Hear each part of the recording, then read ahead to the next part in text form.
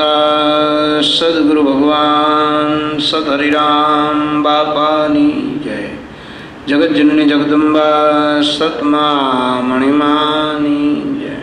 सद्गुरु भगवान सतहरिराम बापानी जय। जगज्जननी जगदम्बा सतमा मणिमानी जय।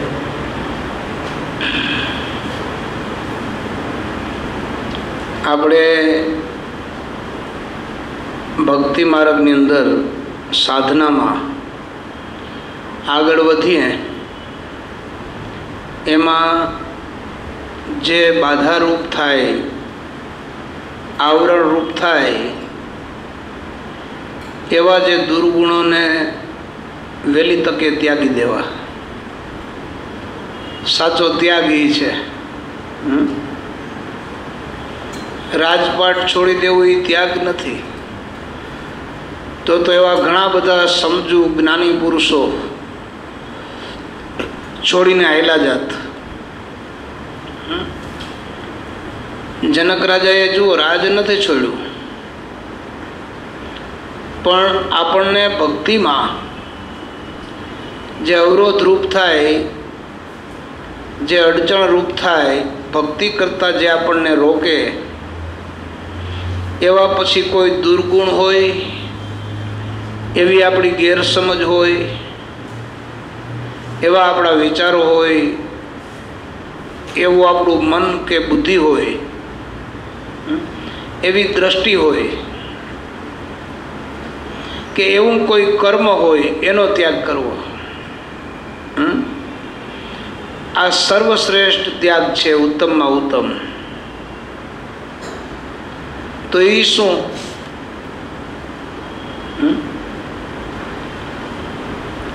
જો ત્યાગી બનવું છે તો આવો ત્યાગ આપણે કરવો।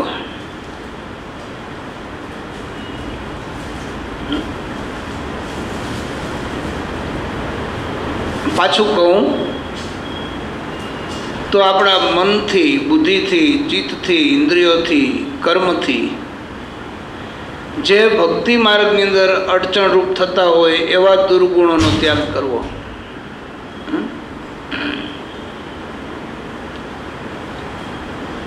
એ જ્યાં સુધી દુર્ગુણ આપણામાં છે ત્યાં સુધી આપણે ભજન કરીએ ને તો એ ભજનને પણ ખાઈ જાય।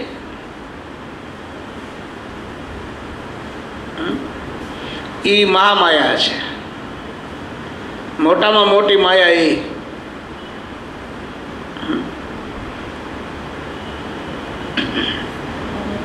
કેવી રીતે? તો કે આપણને સાંભળવાથી પણ અવગુણ ઉઠે। આપણે કીધું ને કે ઇન્દ્રિયોથી જે દેખાતા દોષ,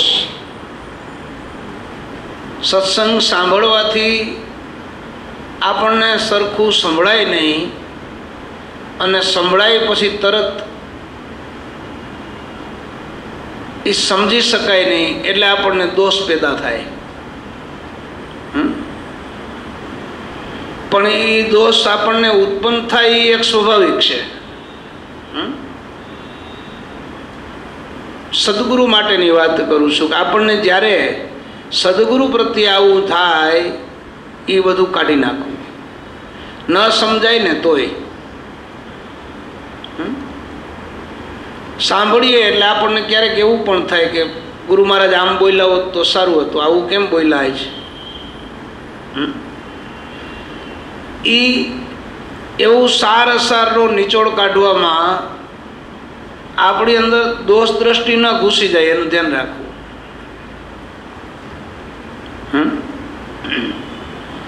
એ આપણને આવરણ રૂપ છે, એનું નામ જ અજ્ઞાન। પછી આંખેથી આપણને જોવામાં દુર્ગુણ ઉઠે। ગુરુ મહારાજ ખાતા હોય ત્યારે, પીતા હોય ત્યારે, એ આપણે જોઈએ, હાલતા હોય ત્યારે, સૂતા હોય ત્યારે, બેઠા હોય ત્યારે, એમાંથી આપણને દોષ દેખાય। સદગુરુના સ્વરૂપમાં અને એના દેહમાં જે દોષ દેખાય, હકીકતે એ દોષ નથી. સદગુરુનું જે શરીર છે એ ધામ છે, પરમ ધામ છે, એવું દર્શન થવું જોઈએ. અને સદગુરુનું શરીર છે એ ધામનું ધામ ને એ જ રામ છે, એવું આપણને દ્રષ્ટિમાં ન થાય ત્યાં સુધી દ્રષ્ટિમાં દોષ છે. એ દોષને આપણે દૂર કરી દેવો, નકર એ આવરણ રૂપ બને. પછી મનથી, મન છે ને એ ચંચળ છે. મનની અંદર શું ઉઠે? સંકલ્પ અને વિકલ્પ ઉઠ્યા જ કરે. એમાં ગુરુ પ્રત્યેના ક્યારેક મન સારા સંકલ્પ કરે, ક્યારેક ખરાબ પણ કરે. તો એ ખરાબ સંકલ્પોને તરતો તરત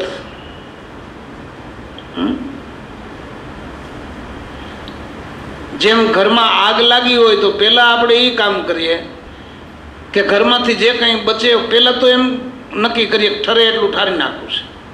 પણ પછી ખબર પડે કે હવે ઠરે એમ નથી, એટલે એમાંથી બચે એટલું કાઢવાની કોશિશ કરીએ. આવા જે દરેક પ્રકારે અલગ અલગ પ્રકારના જે આપણને દોષ દેખાય છે એ એક ભભકતો આગ છે, આપણી કમાઈને બાળી નાખે. જો આપણી કમાઈ બળી જાય ને, ઘરમાં કાંઈ મૂડી હોય તો ઘરમાં આગ લાગે તો બધું બળી જાય ને. પછી ગાઈડલા, ગોદડા, શેટી, પલંગ, ટીવી, રેડિયા, પૈસા જે હોય તે, કપડાં, લતા, એને બાળી નાખે. એ આપણી કમાણી છે, એને આ આગથી બળી ગયું, બધું રાખ થઈ ગયું. એમ આ જે દોષ છે ને એ આગ છે. આપણે જે કાંઈ કમાઈ કરીએ એને બાળી નાખે. એટલે મનથી દોષ કરેલા હોય તો મનને પણ તરત સમજાવી લેવું. અને કદાચ ન સમજે ને તો કોઈક સત્સંગી માણસને મળવું, એને પૂછવું, એની પાસે જવું, અને કાં સત્શાસ્ત્રનું પઠન પાઠન કરવું. અને કેમેય મન સમજે એમ ન હોવા છતાં પણ ધરાર મન પાસે ભજન કરાવવું, સ્મરણ કરાવવું, ધ્યાન કરાવવું, વારી વારીને મનને એમાં રોકવું.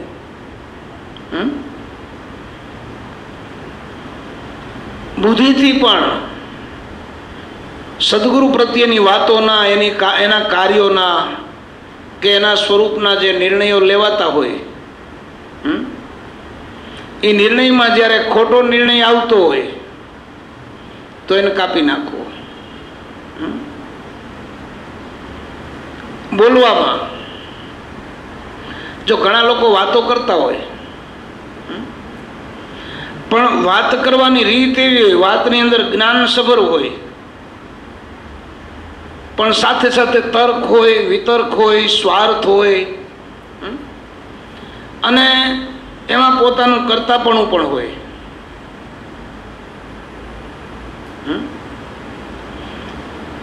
આવી જે વાત થતી હોય ત્યારે સમજવું કે આપણે આપણી સાધનાને રોકીએ છીએ, આપણી પ્રગતિને આપણે જ રોકીએ છીએ. એટલે એ વાણીનો દોષ ટાળવો. આવી વાતો છે ને એ આપણે હૃદયમાં છાપી લેવી, લખી લેવી. ઓલી તત્વજ્ઞાનની ઊંડાણવાળી ને એવી વાતો કદાચ ન લખીએ ને તો હાલે, પણ આ સાધનાની પેલી ભૂમિકામાં આવું બધું થતું હોય. પછી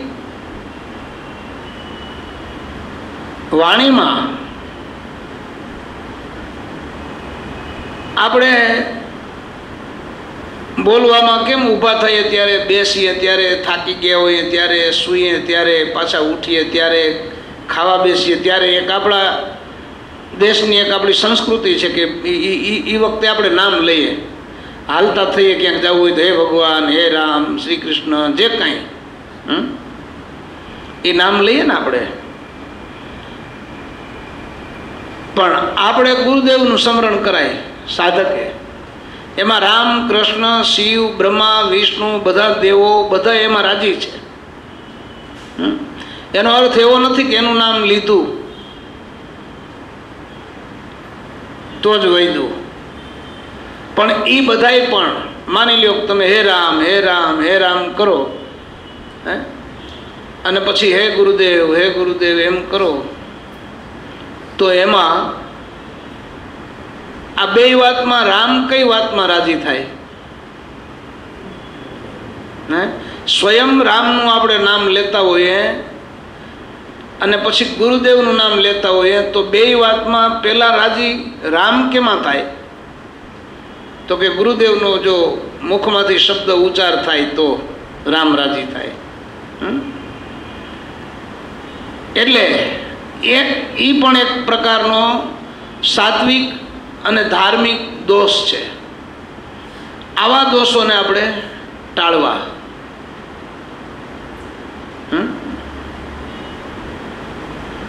પછી સંગ. આપણને ગમે એટલી મોટી વાતો કરે, પણ ગુરુ પ્રત્યે જો આપણો ભાવ વધે નહીં, ત્યાં બેસવું નહીં. આ પણ આપણી સાધનામાં રૂકાવટ કરે.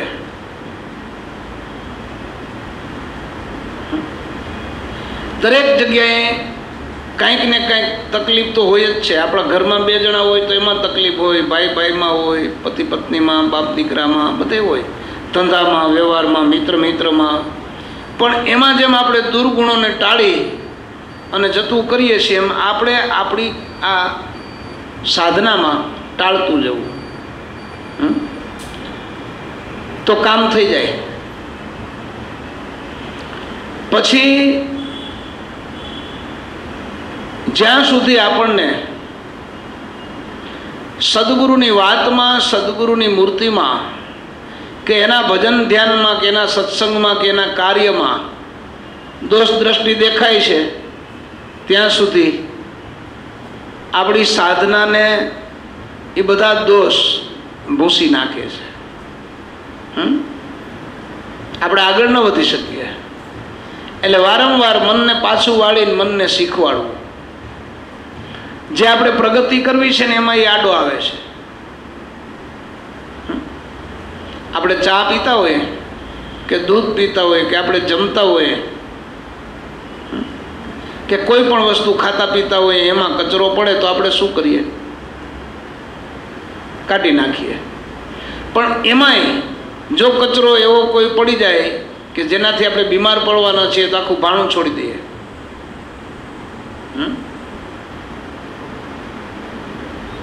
કોક ઝેરી જીવડું પડી ગયું ને આપણને ખબર પડે કે આને કઢાય નહીં, આને ફેંકી દેવાય.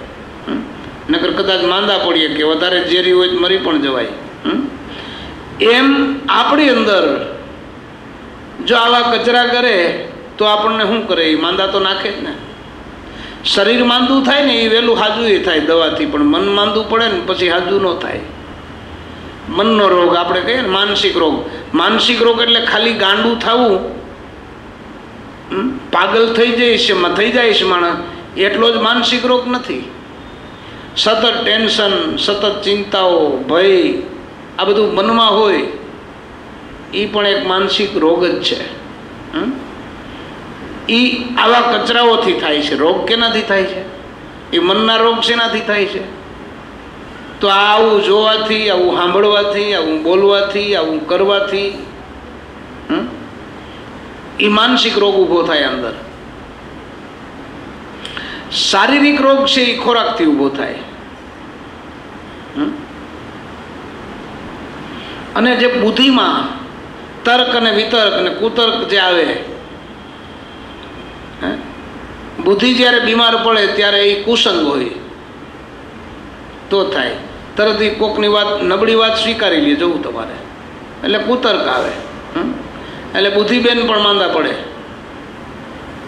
મને માંદવું પડે, પછી ખોટા વિચાર આવે એટલે ચિત્તે માંદવું પડે. આ બધા માંદા પડે ને પછી એમ થાય કાંઈ કરવું નથી. આપણને નિરાશ કરી નાખે, હતાશ કરી નાખે, ઉદાસ કરી નાખે, આપણને ખાલી કરી નાખે, એકલવાયા જેવું લાગવા માંડે.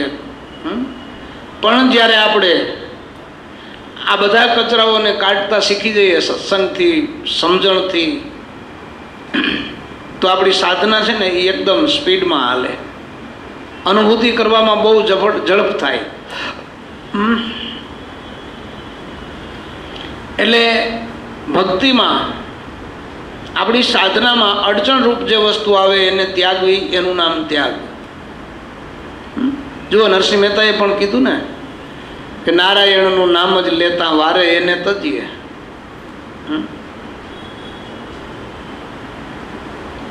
અને એમાંય કોક આપણને તજી દઈએ ને તો વળી ઉત્તમ. આપણે તજવું તો એને બદલે એને જ આપણને તજી દીધા. નરસિંહ મહેતાને નાઈક બાયણે મૂક્યો તો ગાઈટનો હક્યો થઈ ગયો. મહેતાજી સુખ્યા થઈ ગયા. એના ધર્મપત્ની મરી ગયા તો એ બધું ભગવાને કામ કરી દીધું એવું માન્યું એણે. ભલું થયું ને ભાંગી જંજાળ સુખે બચ્યું શ્રી ગોપાળ. ભગવાન પ્રસન્ન થયા તો કીધું મારે આ એક દીકરો છે એ તમે લઈ લ્યો, મન નથી જોતો.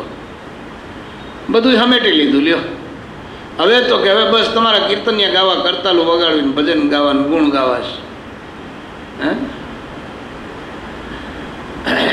આખો સંસાર માયામાં આપણને પરોવા કરે એનું નામ સંસાર, ને માયામાંથી બહાર કાઢે એનું નામ સત્સંગ. એવો સત્સંગ કરવો, સંગ પણ એવા માણસનો કરવો કે જેથી આપણો રંગ છે ને એ કાયમથી કાયમ સવાયો થાય. જરા કંઈ ઢીલા ન પડવા દે. ગાડી અમુક કિલોમીટર હાલે એટલે કેમ આપણે માલિકો ઓઇલ પુરાવીએ, ડીઝલ પુરાવીએ, ટાયરમાં હવા પુરાવીએ. એમ આપણે નથી વાતમાં કહેતા કે આજ ફલાણી જગ્યાએ અમે ગયા હતા, સત્સંગ આવ્યો, બેટરી ચાર્જિંગ થઈ ગઈ. એમ સત્સંગમાંથી આપણી બેટરી છે ને એ જ્યારે લો થાય તો ચાર્જિંગ કરી લેવાય. કેમ કે આપણે બધાના મોબાઈલ ઝીણી પિનવાળા છે.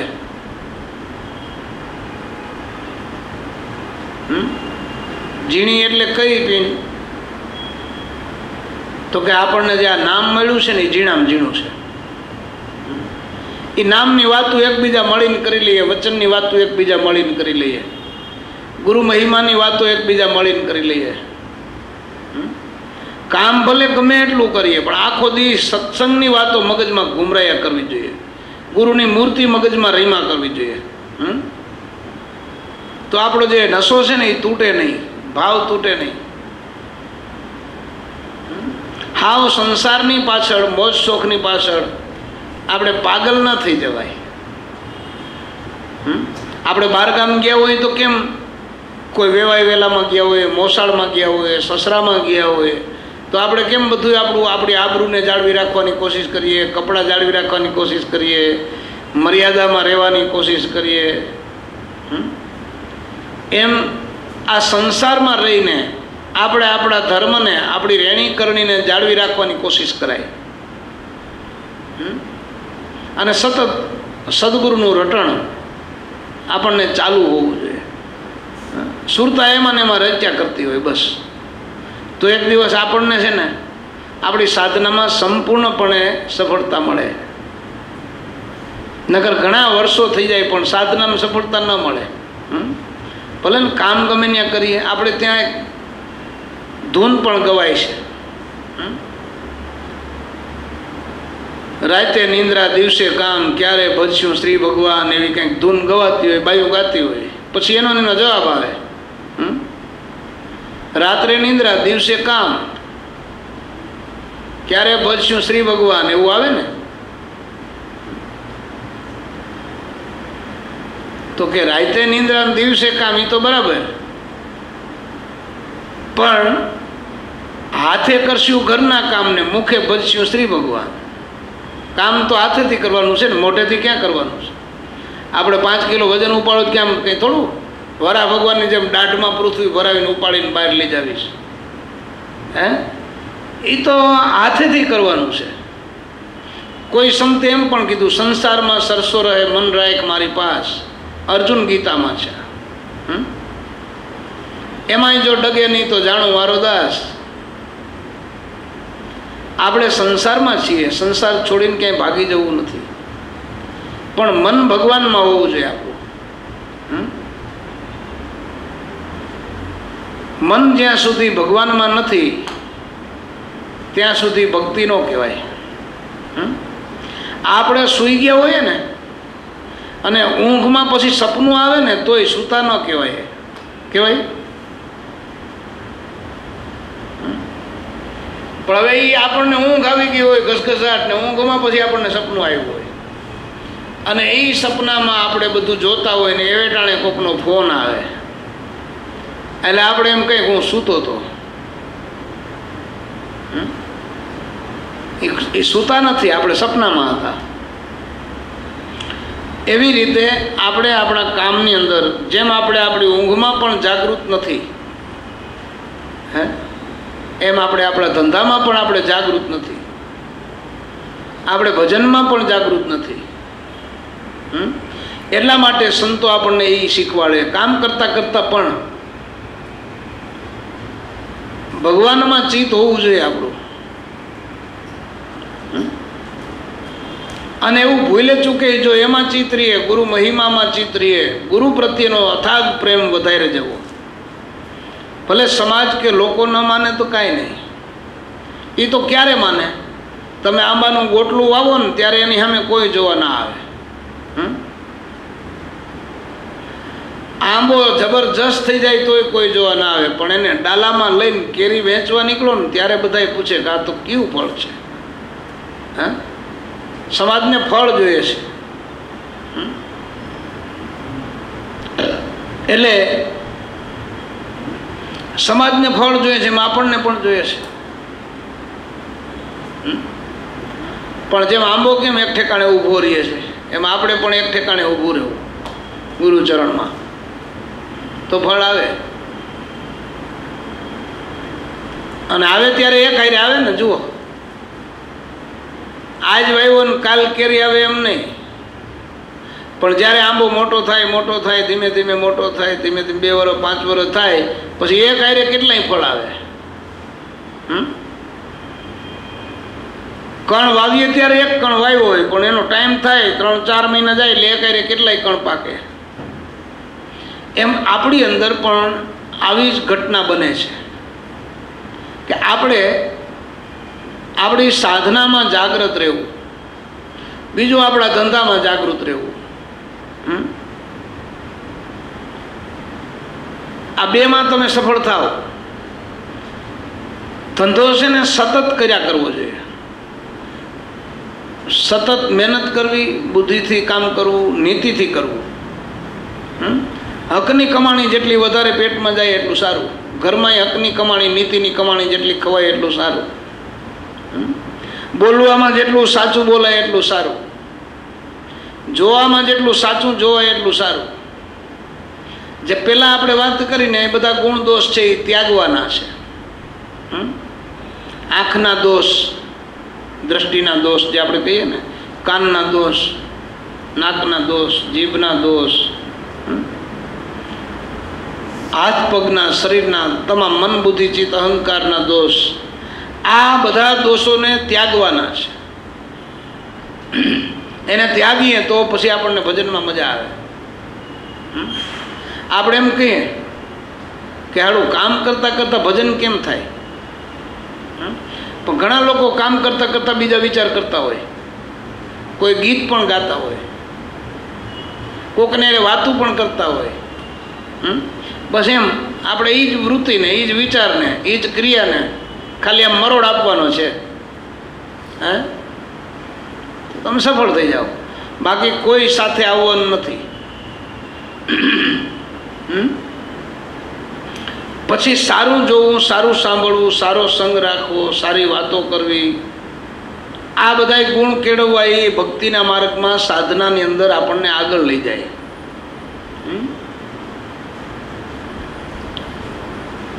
આપણે તો હજી કંઈક સાધના કરતા જ નથી એમ કહીએ તો કહેવાય. પણ કદાચ સાધના કરતો હોય ને તો એ રેગ્યુલર નિયમિત હોવો જોઈએ, તો આપણામાં પરિવર્તન આવે ને ભગવાન પણ આપણું કામ કરે. અને સાધના કરતાં કરતાં આપણે સમજીએ છીએ ને, પણ મહાપુરુષો તો એવું કરે છે કે એ સ્વયં પામી ગયા છે ને તોય સાધના બંધ નથી કરતા.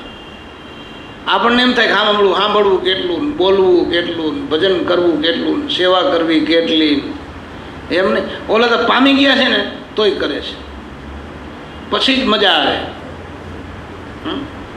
જુઓ, શંકર બાપા છે એ સ્વયં ભગવાન હતા, પણ સતત સમાધિમાં જ રહેતા હતા ને. અડખે પડખે ભૂતળા આંટા મારતા હતા. એના છોકરાઓની એ પરવાર હતી નહીં. માતાજી છે પાર્વતીજીએ કેટલા વર્ષો પછી જગાડે તઈ માંડ વળી હોંકારો દે પાછા તરત.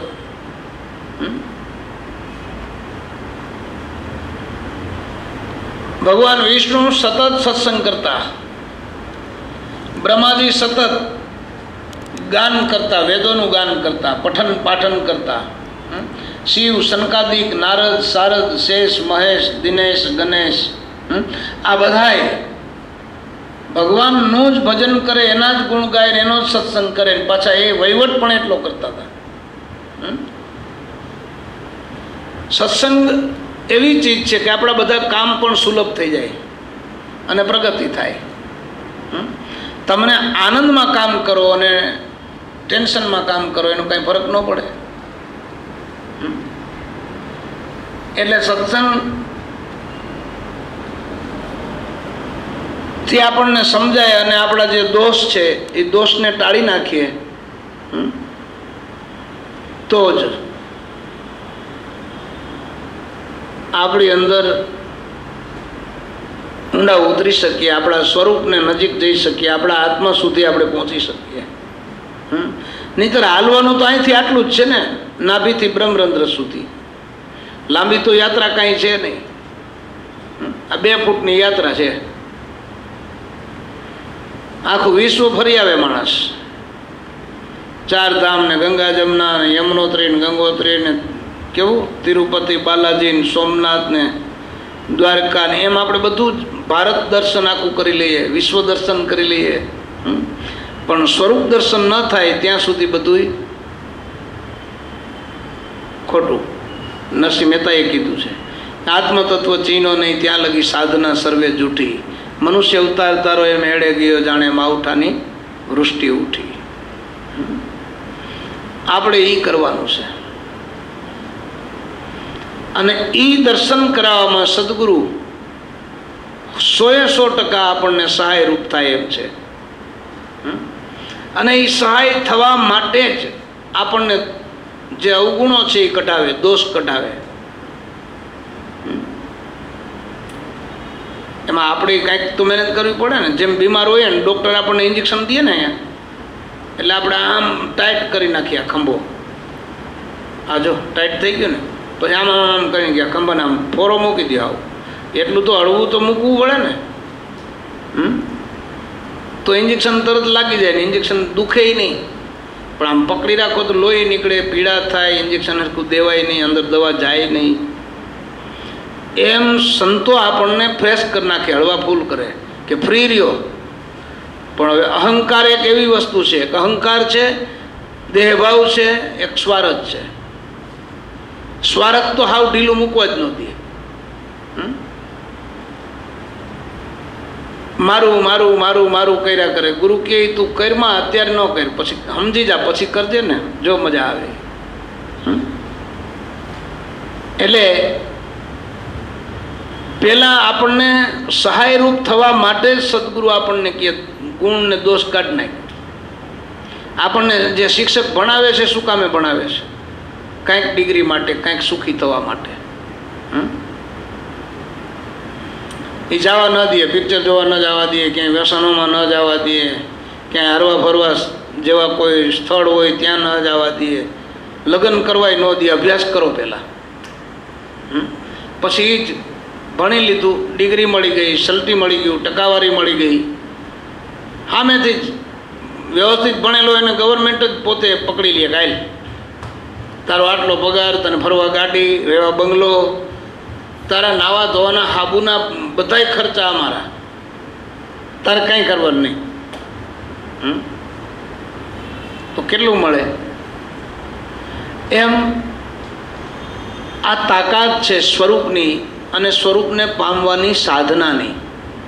આમાં તો આપણે પૂરું ભણી લઈએ પછી મળે, પણ આમાં તો શું છે, સાચા દલથી તમે સાધના કરો ને, સાચા મનથી, એ સાધનાની અંદર હાલતા થાય ને ત્યાં જ બધું મળવા માંડે. પણ હજી કાંઈ નથી મળતું તો સમજી લેવું કે આપણે સાધના કરતા નથી. હે નકર તો સંકલ્પ કરો ને ત્યાં બધું થાય, પણ સંકલ્પમાં જો ફેલ જતા હોય તો હજી આપણે કાંઈ સાધના કરતા જ નથી, ભજન કરતા જ નથી. ભજન સાધના એટલે ભજન દેશી શબ્દમાં આપણે, ધ્યાન અને ભજન, સેવા અને સમરણ,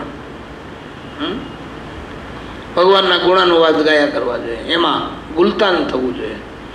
આપણા આવરણોને ટાળવા માટેના આ બધા રસ્તા છે. આપણા અંતઃકરણના જે પડળો તોડી નાખવાના છે એ આનાથી તૂટશે.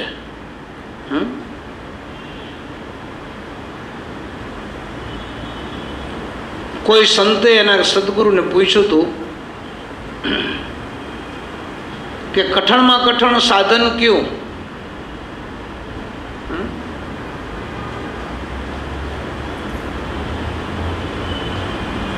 તો એને સંતે બતાવ્યું, એને સદગુરુએ બતાવ્યું.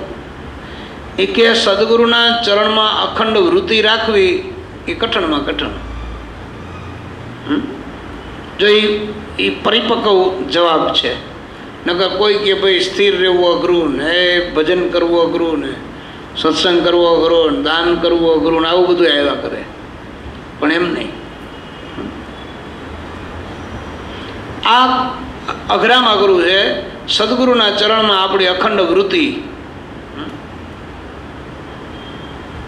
આપણને બીજા વિચાર શું કામ આવે છે? તો કે આપણે જોઈએ છીએ જ બીજું, આંખ બીજી વસ્તુમાં છે એટલે બીજા વિચાર આવે.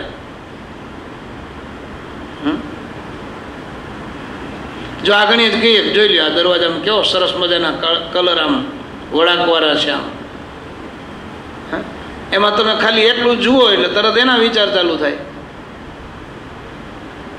જે જોવું છે એનો વિચાર આપણે કરતા નથી, જે જોઈએ છે એનો વિચાર આપણે કરતા નથી, જે સાંભળવું છે એનો વિચાર એ કરતા નથી, જે બોલવું છે ને એનો એ વિચાર નથી કરતા, જે હાથેથી કંઈક કરવાનું છે ને એનો એ વિચાર નથી કરતા.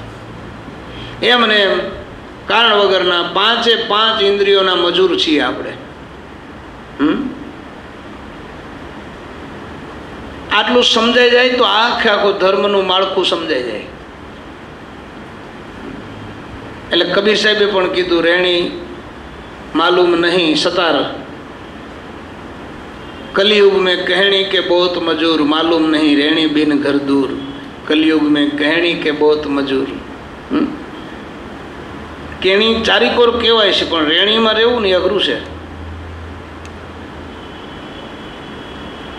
એટલે સાધન માર્ગની અંદર પ્રેક્ટિકલ, ભલે ને થોડાક ટાઈમ તકલીફ પડે, એનો વાંધો નહીં, મૂંઝાવાય નહીં. એ તો પડે, આમાં વ્યવહારમાં પડે છે. ક્યારેક ક્યારેક હરખો ફાયદો થઈ જાય ત્યારે આપણને આનંદ આવી જાય, પણ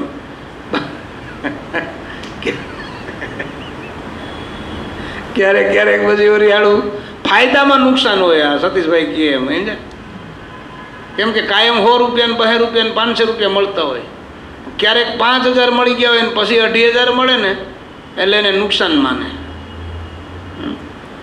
એટલે એ ફાયદામાં નુકસાની છે ને. પણ ઓલા કાયમ 200-500 મળતા હતા ને સીધા 2000 વધી ગયા, એ એમ હિસાબ કરે તો એનો આનંદ તૂટે નહીં. એટલે ભવસાગર આવો મોટો ભૈરો ભાઈદ્રો સંસાર છે. આ સંસારમાં આપણને બધું ભગવાને આપ્યું છે ને એની સાથે સાથે આપણને સદગુરુની પ્રાપ્તિ થઈ છે ને, એ બહુ મોટી વસ્તુ છે. સમજ્યા કરવું એ તો બરાબર, સાંભળ્યા કરવું એ બરાબર, પણ એ બધું કરીને થોડુંક હાલતું થવું તો આપણો પંથ કપાય. ગુરુ મહારાજ પણ રાજી થાય, ગાળો આ કરે છે કંઈક. ઘણા લોકો કહે તમને કે અમારા વિચારની કેમ ખબર પડી ગઈ? હવે તમારી માલિકો બેઠા છીએ એ તમને ક્યાં ખબર છે? બરાબર ને? ભગતના હૃદયમાં જ ભેગા જ ભગવાન છે, એટલે એ બધા સમાચાર મેળવે ને જુએ ને જાણે ને પછી વાતો કરે. પણ જે આપણી પોતાની કમાઈ, એ કમાઈનો જથ્થો આપણે વેડફાઈ ન જાય એના માટેના જે દોષ છે પછી એમાં ગુરુભાઈ હોય કે ગુરુ હોય કે કોઈ પણ હોય, વચની કોઈ પણ હોય, અથવા તો કોઈ પણ જીવ સાત્વિક ધર્મપ્રેમી હોય, એમાં સમદ્રષ્ટિ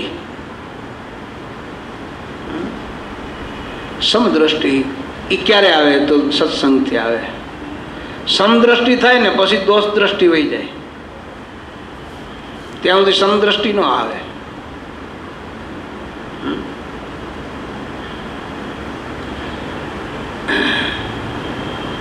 પછી ભાવથી પણ ભૈરો ભરપૂર હોય. દાસી જીવણે એક ભજન ગાયું છે, વચમાં યાદ આવ્યું છે તો એકાદી કડી ગાય.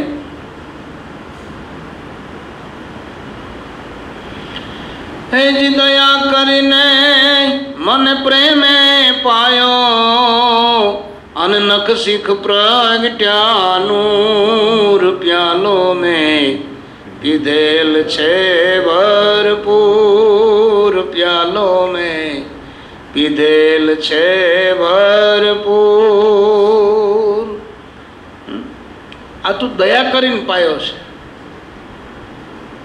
ઘણા છોકરા શું કરે, પીએ નહીં, કાઢી નાખે.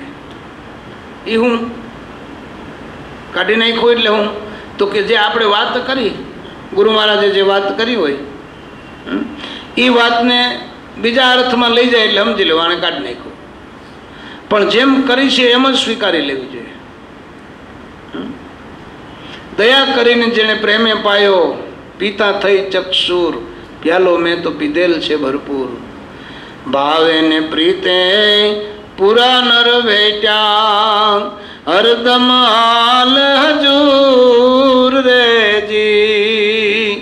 ભાવે ને પ્રીતે પૂરા નર ભેટ્યા, હરદમ હાલ હજૂર રેજી. એ જી સમજા ગુરુની શાન મારે તો ભર્યા રિયા ભરપૂર, પ્યાલો મેં પીધેલ છે ભરપૂર, પ્યાલો મેં પીધેલ છે ભરપૂર. દાસી જીવન સતભીમના ચરણા, દિલહીણાથી રહ્યા દૂર. દાસી જીવન કહે છે કે દયા કરીને મને પ્રેમે પાયો, નખથી શીખા સુધી. નખ શીખ દયા કરીને મને પ્રેમે પાયો, નખ શીખ પ્રગટા નૂર, પ્યાલો મેં પીધેલ છે ભરપૂર. કયો પ્યાલો? તો કે આ શબ્દ પ્યાલો. શબ્દ પ્યાલો એવો છે કે આમાં રોમે રોમ પ્રસરી જાય. સમજા ગુરુની શાનમાં એ ભૈરા રહ્યા ભરપૂર. દાસી જીવન સત ભીમના ચરણા, દિલ હીણાથી રહ્યા દૂર. આપણે વ્યવહારમાં છે ને ભાવ ને લાગણી ને એ બધું બુદ્ધિશાળી માણસને નડે, પણ ભક્તિને ભગવાનને એ જ ગમે. કોણ ગમે? એ જ ગમે. ભાવું કોઈ ને ભક્તિ ભાવ પ્રધાન છે, જ્ઞાન બુદ્ધિ પ્રધાન છે. ભક્તિ સમજણ પ્રધાન છે, જ્ઞાન તર્ક પ્રધાન છે. ભક્તિ દાસાતન વાળાને વરે છે અને જ્ઞાનીને અહંકાર વરે છે. આવું ઉલટું થાય છે. એટલા માટે ભાવેન પ્રીતે જેને પૂરા નર ભેટા, આવો ભાવ ને પ્રેમ સદગુરુ પ્રત્યે હોવો જોઈએ. તો એનાથી એ પૂરણ જે રૂપ છે ને એ ભગવાનનું પ્રગટ થાય.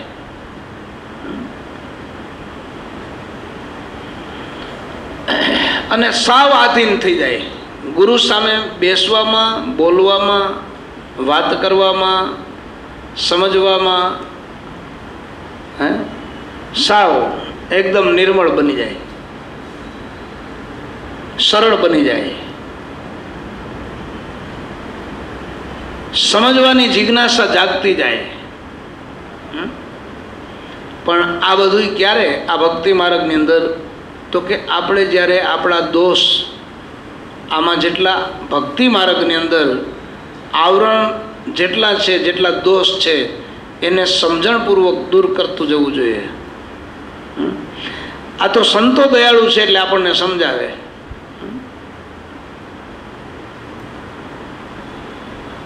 રામને અને રાવણને જ્યારે સામે આવવાનું થયું ત્યારે રામે ખાલી 2 વાતો કરી, મારી નાખ્યો સીધો. પણ સંતો કોશિશ કરે. પ્રહલાદે એના બાપને સમજાવવાની કોશિશ કરી સત્સંગ આપી. નરસિંહ ભગવાન પ્રગટ થયા પછી જાજી વાતું ન કરી. એણે તો એક જ કીધું, તે માગ્યું હતું એ પ્રમાણે બધું બરાબર છે. તો કા પ્રહલાદને પૂછ્યું, બરાબર? તો કા મારી નાખું? તો કા મારો ભલે, પણ પ્રહલાદ કે તોય મારા પિતા છે ને મોક્ષ આપજો. એટલે સંતોનો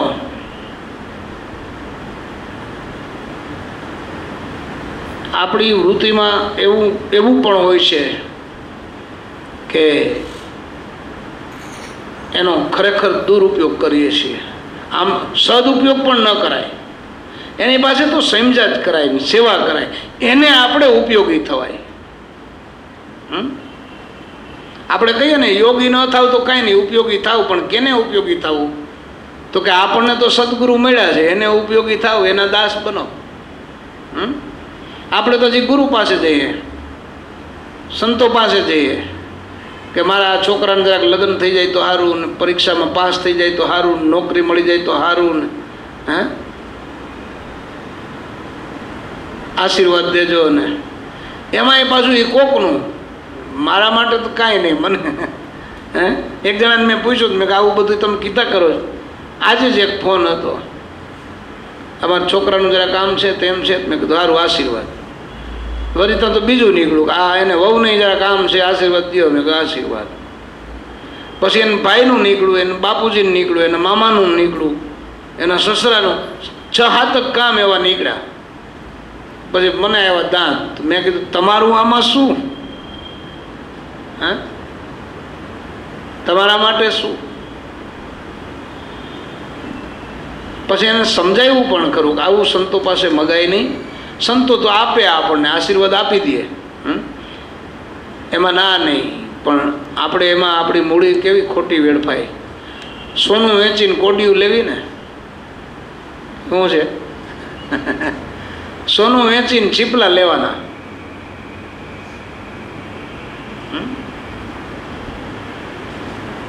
એટલા માટે સમજવું ને એ બહુ જરૂરી છે. ગુરુના એક વાક્યમાં અનંત બ્રહ્માંડો પ્રગટ થઈ જાય એવી તાકાત છે. પણ આપણે જરાય બાયણે આવતા જ નથી જીવ દશામાંથી.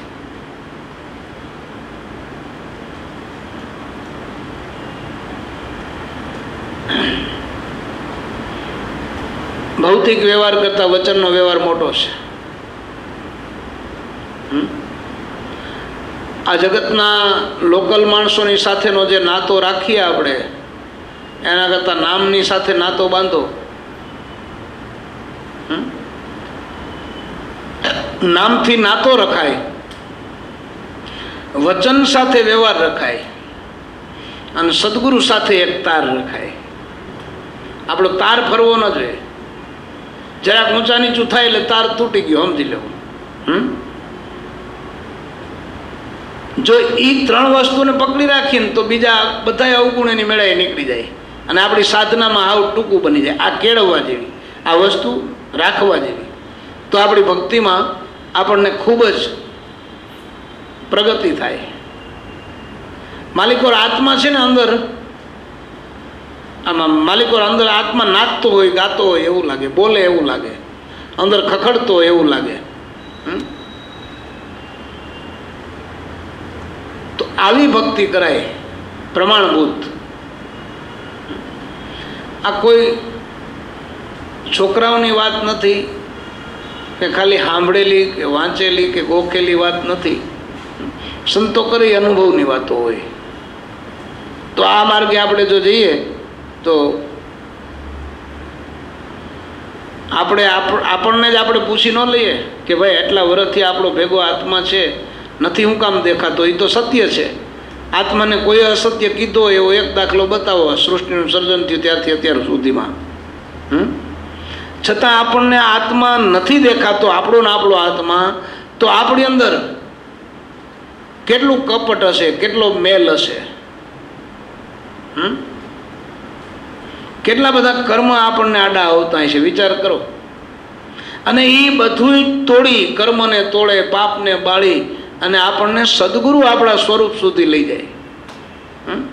એટલે ગુરુ કૃપા હિ કેવલમ, ધ્યાન મૂલમ ગુરુર મૂર્તિ, પૂજા મૂલમ ગુરુર પદમ. સાધના એમ કરાય.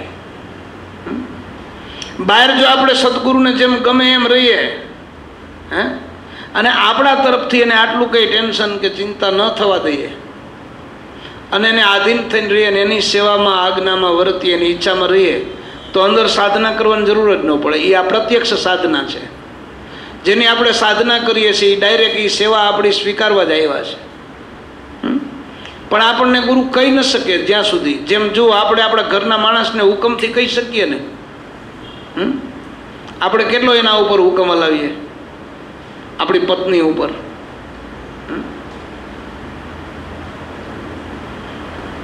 અહીંયા આપણને મજા આવે છે ને, નોકર ઉપર શેઠ કેવો હુકમ હલાવે,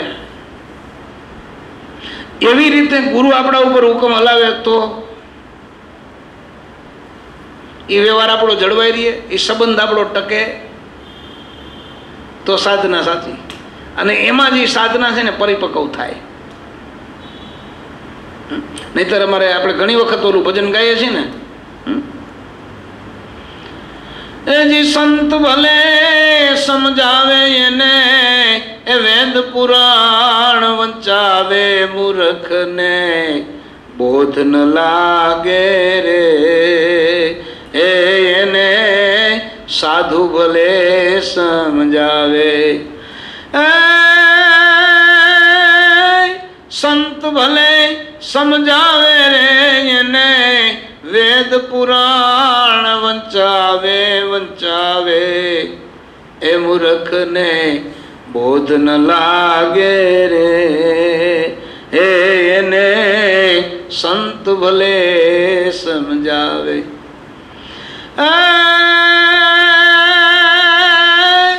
ઠંડા વાસણને તળીએ અગ્નિ, ઠંડા જળને તપાવે.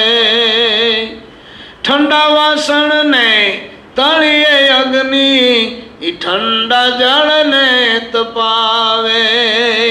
શીતળતા એને જાયો લવવા, શીતળતા એને જાયો લવવા, ત્યાં પોતે જલી જાવે મૂર્ખને, બોધ ન લાગે રે, એને સંત ભલે સમજાવે.